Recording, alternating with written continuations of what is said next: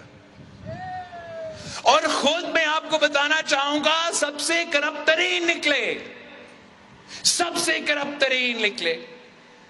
اب میں نہیں، یہ میڈیا بھی نہیں، آپ بھی نہیں، یہ تو اب ٹرانسپیرنسی انٹرنیشنل عالمی ادارے کے رپورٹس کے مطابق پاکستان میں جو عمران کے دور میں کرپشن ہوا وہ 70 سال اس سے پہلے نہیں ہوا۔ تو آج کس منہ سے وہ کرپشن کی بات کر رہا ہے؟ ہم تو ایسی سیاست کبھی کی نہیں۔ ہم مجبور ہیں کہ ہمیں تو اخلاقیات پہ بڑا اچھا انداز سے پالیسی پہ سیاست کرنا پڑتا ہے، مگر ہر کسی کو معلوم ہے، آپ سب کو معلوم ہے کہ عمران تو آج تک اپنا کرکٹ کے کھلونے بیچتے بیچتے اپنا کچن تو نہیں چلا رہا ہے نا، کچھ تو دال میں کالا ہے۔ یہ کون سا کاروبار ہے؟ آپ ہمیں بتائیں۔ ہم تو فیمیل امپاورمنٹ پہ یقین رکھتے ہیں۔ جب سے مجھے یاد ہے ہم سلائی مشینز جو ہے وہ غریب خاندانوں کو دیتے ہیں، عورتوں کو دیتے ہیں تاکہ وہ اپنا محنت کر سکے، اپنے گھر کی تھوڑا کمائی کر سکے۔ یہ کون سے جادو کے سلائی مشینز ہیں جو اگر آپ بیچتے ہیں تو امریکہ میں جائیداد ملتے ہیں؟ یہ کس منہ سے کرپشن پہ بات کر رہا ہے وزیر اعظم؟ یہ جھوٹ بولنا بند کرے ورنہ ہم سچ بولنے پر مجبور ہو جائیں گے۔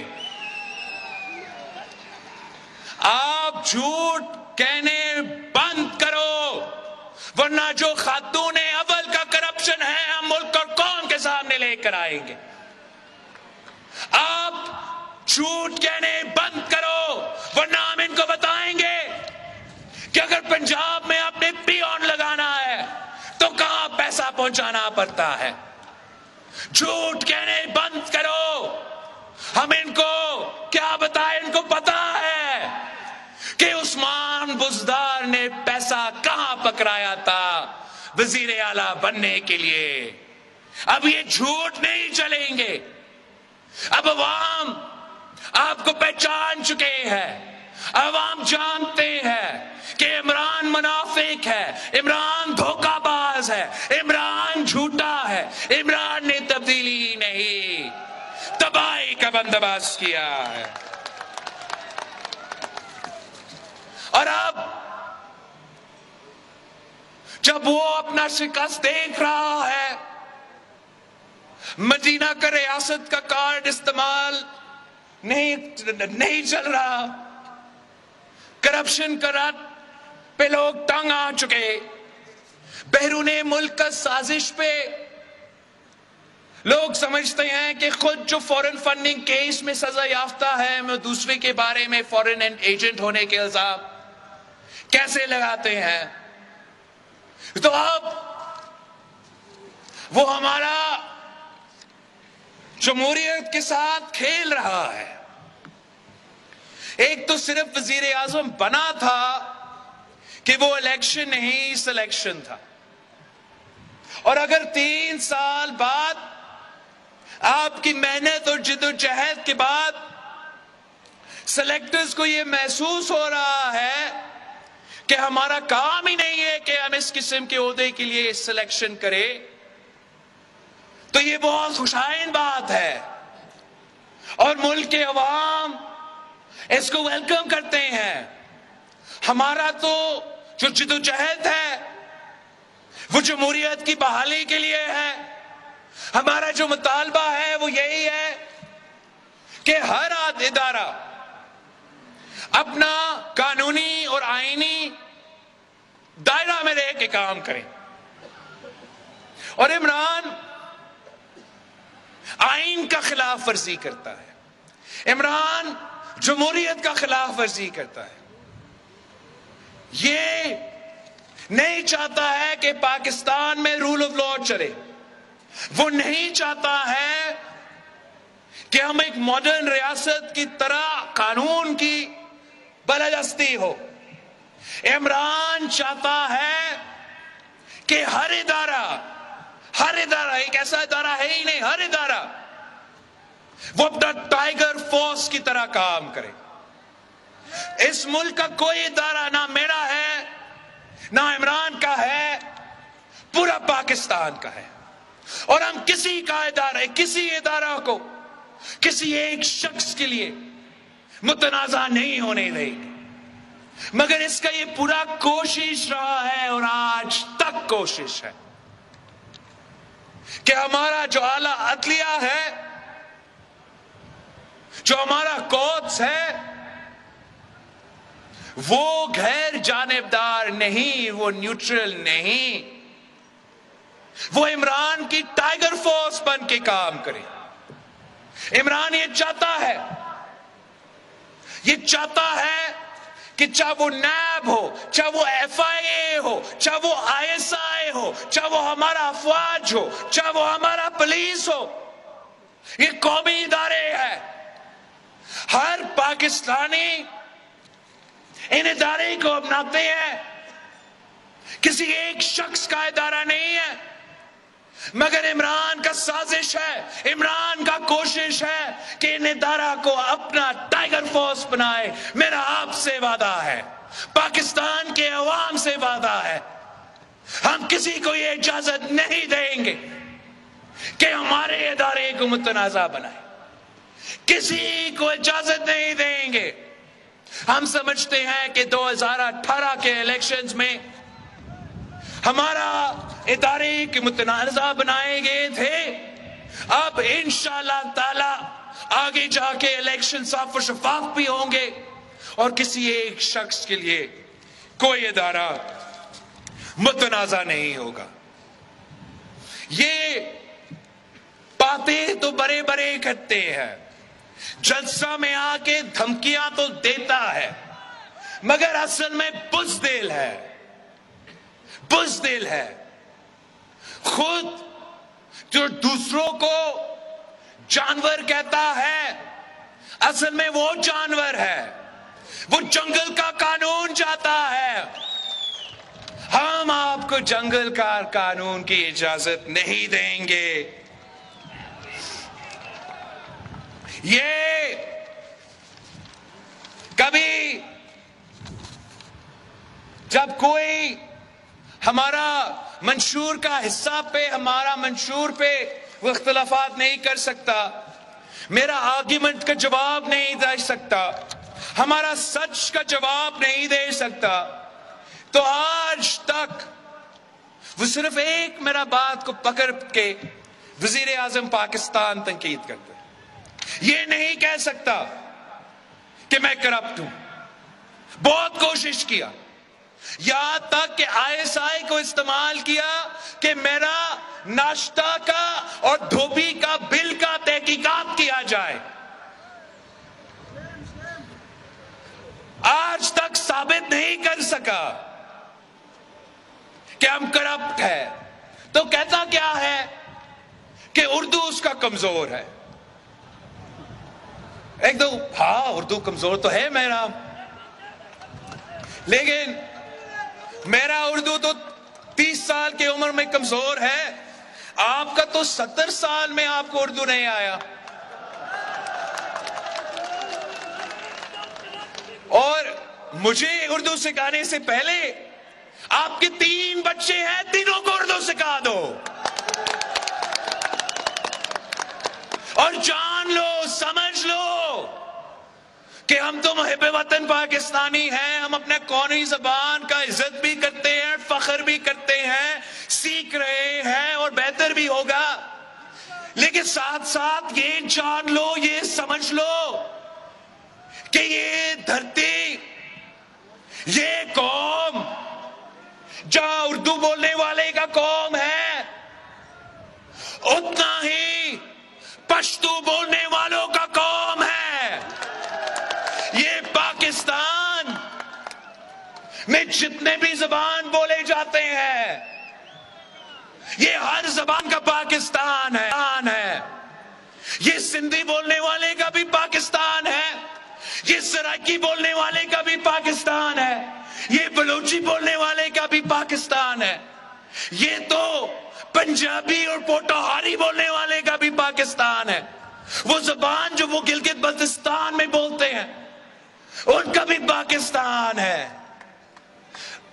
ہم انشاءاللہ تعالی پاکستان کے بچوں کو نہ صرف تعلیم کے تھرو، تعلیمی ادارے کے تھرو اردو سکھائیں گے، انگریزی سکھائیں گے، ان کا اپنا مادری زبان بھی سکھائیں گے۔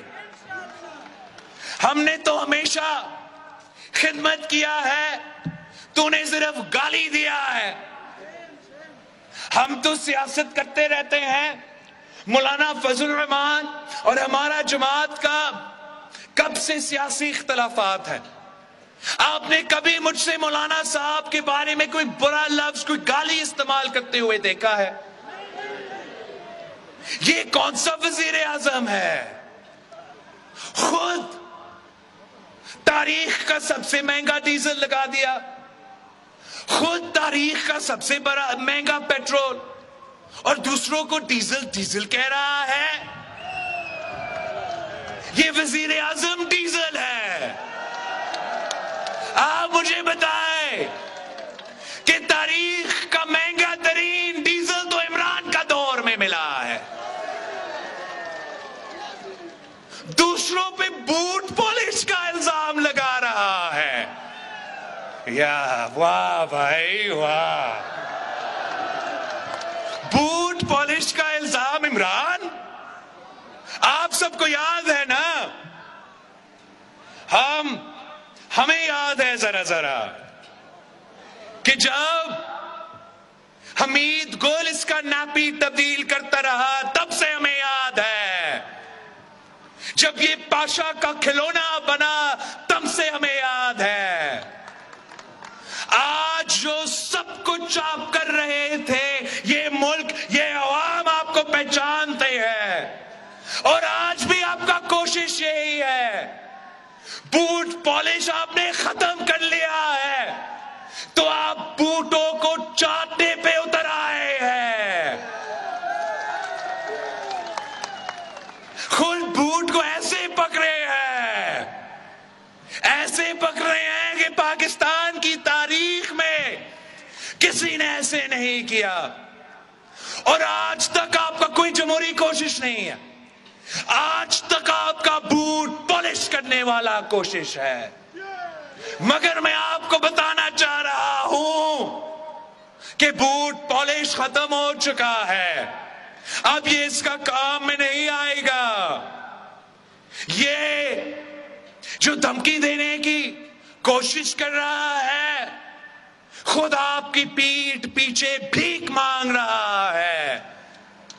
پہلے نیوٹرل پہ تنقید کر رہا تھا، اب نیوٹرل پہ معافی مانگ رہا ہے۔ کہتا ہے کہ بس ایسا کرے، OIC تک میرے اتحادیوں کو اجازت نہ دے کہ وہ اپنا اعلان کرے۔ اب کہہ رہا ہے کہ میرا جلسہ تک، 27 میرا جلسہ ہے، بس میرا جلسہ تک اجازت کرے۔ ہم آپ کو نہیں چھوڑیں گے۔ ہم جانتے ہیں کہ یہ عوام، یہ ملک ہر اس پاکستانی کو سلام دے گا، ہر اس شہری کو سلوٹ کرے گا جو آپ کے خلاف اس وقت کھڑا ہو جاتا ہے۔ جو ظالم کے خلاف کھڑا ہو جاتا ہے، وہ پارا چنار کا ہیرو بن جاتا ہے۔ جو وقت کا فرعون کے خلاف کھڑا ہو جاتا ہے، ہم ان کو ہیرو مانتے ہیں۔ جو وقت کے یزید کے خلاف کھڑا ہو جاتے ہیں، ہم تو ان کو ہیرو مانتے ہیں۔ تاریخ ریکارڈ کرے گا، تاریخ رقم کرے گا کہ اس وقت جب آپ کے خلاف جمہوری عدم اعتماد لے کر آیا تو اس وقت کون اس عوام کے ساتھ کھڑا تھا اور کون سلیکٹڈ کے ساتھ کھڑا تھا۔ تاریخ یاد رکھے گا کہ کون مہنگائی، غربت اور بے روزگاری کے ساتھ کھڑے تھے، کون کشمیر پہ سودا کرنے والے کے ساتھ کھڑے تھے، کون دہشت گردوں کے سامنے جھکنے والے کے ساتھ کھڑے تھے، اور کون اس ملک کے عوام کے ساتھ کھڑے تھے۔ یہ تو کہتا ہے کہ جو میرے خلاف ووٹ دے گا وہ تو شادی کے فنکشن پہ بھی نہیں جا سکیں گے، ان کے تو بچے یہاں پاکستان میں تعلیم حاصل نہیں کر سکیں گے۔ ہم تو جاتے ہیں شادی کے فنکشنز میں، آپ نہیں جا سکتے ہو، عوام آپ کا شکل نہیں دیکھنا چاہتے ہیں۔ خود اپنے بچے کو باہر اس لیے پڑھا رہے ہو کہ یہاں آئے پارا چنار کا سکول میں آ کے، پارا چنار کے سکول میں اپنے بچے کو ذرا شامل کریں۔ ہم دیکھتے ہیں کہ یہاں کے بچے، یہاں کے عوام آپ کے بارے میں کیا سمجھتے ہیں۔ ابھی تک آپ کو اندازہ نہیں ہے کہ اپوزیشن کیا ہے خان صاحب۔ آپ کا تو نیپی اپوزیشن میں بھی چینج ہوتا تھا، وزیر اعظم بنتے ہوئے آپ کا نیپی چینج کروایا جاتا تھا۔ اب آپ کو لگ پتا جائے گا کہ اپوزیشن کیا ہے، اب آپ کو لگ پتا جائے گا کہ نیب کیا ہے، اب آپ کو لگ پتا جائے گا کہ جب سہولت کار موجود نہیں تو آپ کا حشر جو یہ قوم کرے گا، جو یہ عوام کرے گا، تاریخ یاد رکھیں گے۔ ساتھیوں، آپ کو سلام ہو، آپ کا ہمت کو سلام ہو، آپ کا حوصلہ کا سلام ہو۔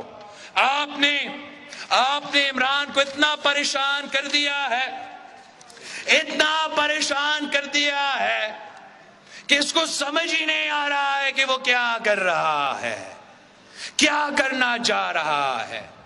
انشاءاللہ تعالی جیت عوام کی ہوگی، انشاءاللہ تعالی جیت جمہوریت کی ہوگی۔ ہم مل کے الیکٹورل ریفارمز کریں گے، مل کے صاف و شفاف الیکشنز کا بندوبست کریں گے، اور پھر میں آپ کے پاس واپس آؤں گا، اور جب میں واپس آتا ہوں تو اپنے لیے ووٹ مانگوں گا، اور قائد عوام اور شہید محترمہ بے نظیر بھٹو کا 9 مکمل مشن کو مکمل کرنے کے لیے آپ کا ساتھ مانگوں گا۔ مجھے علم ہے کہ قائد عوام نے چاہا کہ یہاں میڈیکل کالج بنے، اور ضیاء الحق نے آپ کا میڈیکل کالج چھین کے کہیں اور بنایا تھا۔ اب تیسرا نسل کا وعدہ ہے، میں نے آنا ہے اور میں نے پارا چنار میں میڈیکل کالج، قائد عوام میڈیکل کالج بنانا ہے۔ اگر میرے بڑوں نے ایک نہیں 2 کالجز آپ کو دیا ہے تو تیسرا کالج انشاءاللہ تعالی میں اور آپ مل کے بنائیں گے۔ اگر صدر زرداری نے اس صوبہ کو شناخت دیا، پختونخوا کا نام دیا، 18ویں ترمیم کر کے NFC ایوارڈ کر کے آپ کو اپنا وسائل کا مالک بنایا، اپنا سرزمین کا مالک بنایا، تو انشاءاللہ تعالی ہم مل کے اس خواب کو بھی حقیقت میں تبدیل کریں گے۔ اگر قائد عوام نے روٹی، کپڑا اور مکان کا دعویٰ کیا، شہید محترمہ بے نظیر بھٹو نے اس وعدہ پہ پورا اتری. صدر زرداری نے آپ کو بے نظیر کارڈ دیا تو یہ ظالم آج بے نظیر کارڈ بھی چھین رہا ہے.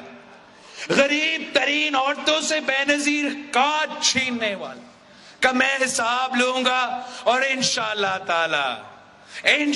تعالی وہی بے نظیر کارڈ واپس لے کر آؤں گا. ہمارے بہت سے خواہشات ہیں کہ جو وعدے قائد عوام اور شہید بی بی نے آپ سے کیے، ہم نے مل کے وہ وعدے پورا کرنا ہے. یہ جو وزیر اعظم ہے یہ دھاندلی، اس کو صرف دھاندلی آتا ہے. جب وہ آپ کا جنرل الیکشنز ہو تو دھاندلی، آپ کو جو بھی لوکل باڈی الیکشنز جاری ہے آپ کو معلوم ہے کہ کس طریقہ سے وزیر اعظم سے لے کے وزیر اعلیٰ تک دھاندلی کرنے کی کوشش کر رہے ہیں، اور عدم اعتماد تو وہ ہار چکے ہیں. وہاں بھی ایک ہی راستہ ہے، دھاندلی.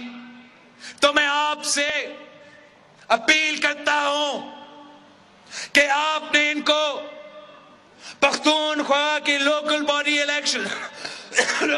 الیکشنز میں آپ نے ان کو دھاندلی کی اجازت نہیں دینا ہے، اور انشاءاللہ تعالی میرا پورا کوشش ہوگا کہ اس کو ہم عدم اعتماد میں بھی دھاندلی کی اجازت نہیں دیں گے. انشاءاللہ تعالی وہاں بھی دھاندلی نہیں ہوگا، یہاں بھی دھاندلی نہیں ہوگا. جیت آپ کی ہوگی تو جیت عوام کی ہوگی، جیت تیر کی ہوگی تو جیت عوام کی ہوگی. آپ قائد عوام کے ساتھ، بی بی کے ساتھ آپ نے نبھایا ہے. پہلی بار میں آپ کے پاس آیا ہوں، میرا پیغام گھر گھر پہنچائے، میرا بزرگوں کو پہنچائے، شہید محترمہ بے نظیر بھٹو کے بہنوں کو پہنچائے، میرے بھائیوں، میرے نوجوانوں کو پہنچائے کہ ہم نے پاکستان کو بچانا ہے، بی بی کا وعدہ نبھانا ہے. جیے بھٹو. خان کی سیاست گالی اور جادو پر مبنی ہے، ایک کھلاڑی کو وزیر اعظم نہیں بنانا چاہیے تھا. چیئرمین پاکستان پیپلز پارٹی بلاول بھٹو زرداری پارا چنار میں جلسے سے خطاب.